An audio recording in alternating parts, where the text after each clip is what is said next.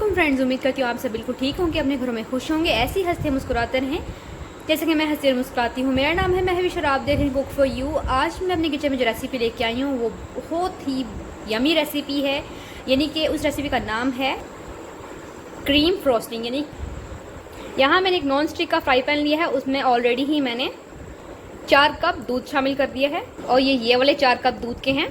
तो यहाँ मैंने 6 टेबल स्पून कॉर्नफ्लोर लिया है।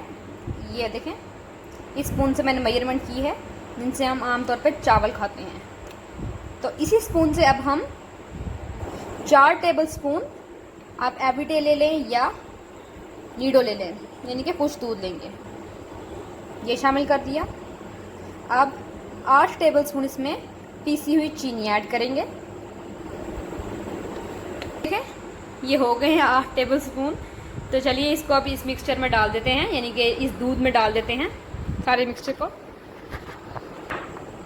मिक्स कर लेंगे।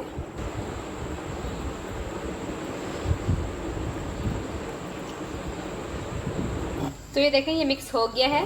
फ्लेम मैंने ऑन अप कर दी है। इसे मिक्स करने के बाद फ्लेम ऑन की है, पहले आपने फ्लेम ऑन नहीं करनी। लो टू मीडियम फ्लेम पे हम इसे कुक करते जाएंगे।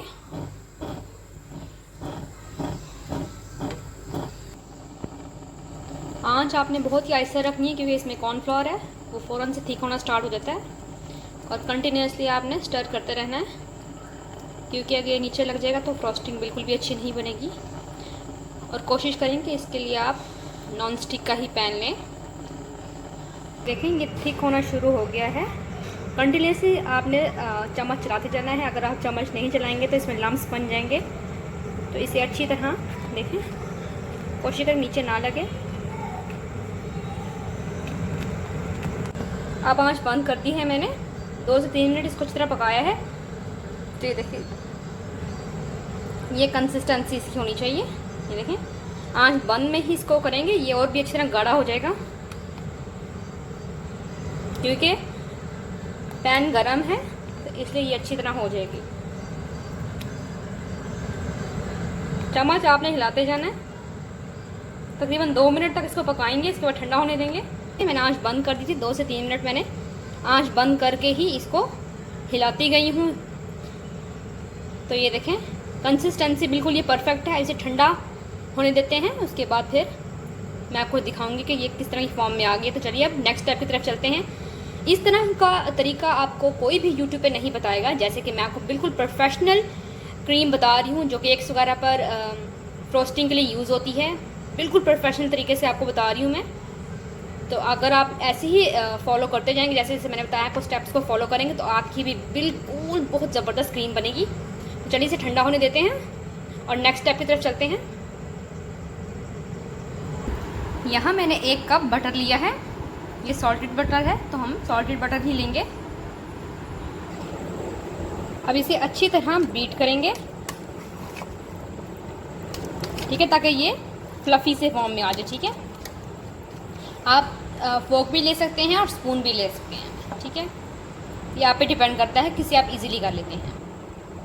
अच्छा फ्रेंड्स, मैं आपको बताना भूल गई कि मैंने इसमें 1 कप और आधा कप यूज़ किया, यानी 1.5 कप बटर यूज़ किया है। ये आपके सामने 1/2 कप और डाला है।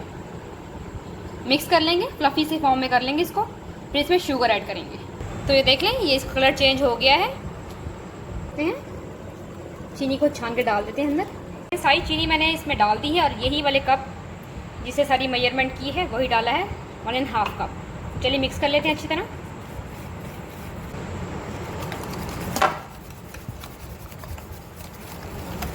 तो 3 से 4 मिनट आपने इसको इतना बीट करना है कि ये अपना कलर बिल्कुल चेंज कर दे और फ्लफ़ी सी फॉर्म में आ जाए।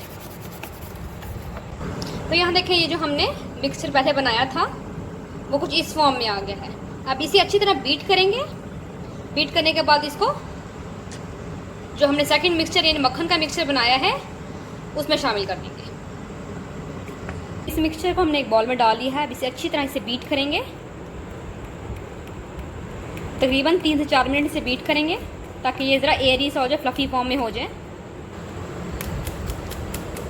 मिक्सचर बनाया था बटर का मिक्सचर, उसमें ऐड कर देंगे। तो ये देखें, दोनों मिक्सचर डाल दी। हाँ, अभी इन्हें अच्छी तरह मिक्स कर लें।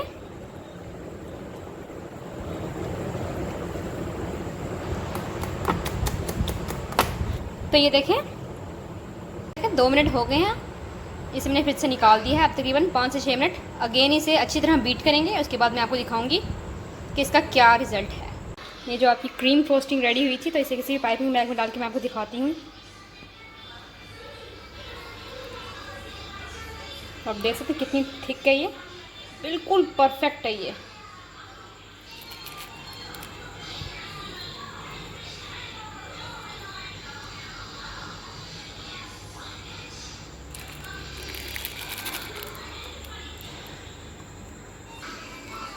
अब इसकी नोक कट कर लेंगे आगे से।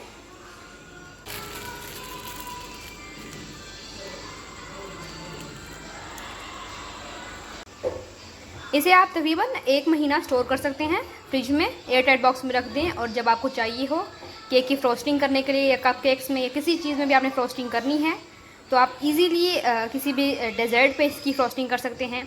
और केक पे तो डेफिनेटली आप कर सकते हैं। और जो मैंने क्वांटिटी बनाई है उससे आप तकरीबन 2 से 3 केक कवर कर सकते हैं। देखते हैं कि मैंने इसे एयर टाइट बॉक्स में बंद कर दिए है और इसे आप किसी भी एयर टाइट बॉक्स में आराम से बंद कर सकते हैं और तकरीबन इसे 1 महीना आराम से यूज़ कर लें। इसके बेस्ट रिज़ल्ट हैं और यकीन करें, आप इसे ट्राई करेंगे तो आप खुद कहेंगे वाक़ईतन ये बहुत ही बेस्ट है। तो आई होप आपको ये रेसिपी बहुत पसंद आई होगी। अगर आपको मेरी वीडियो पसंद आई है तो मेरी वीडियो को शेयर करें, लाइक करें। Thank you so much. अल्लाह हाफिज़।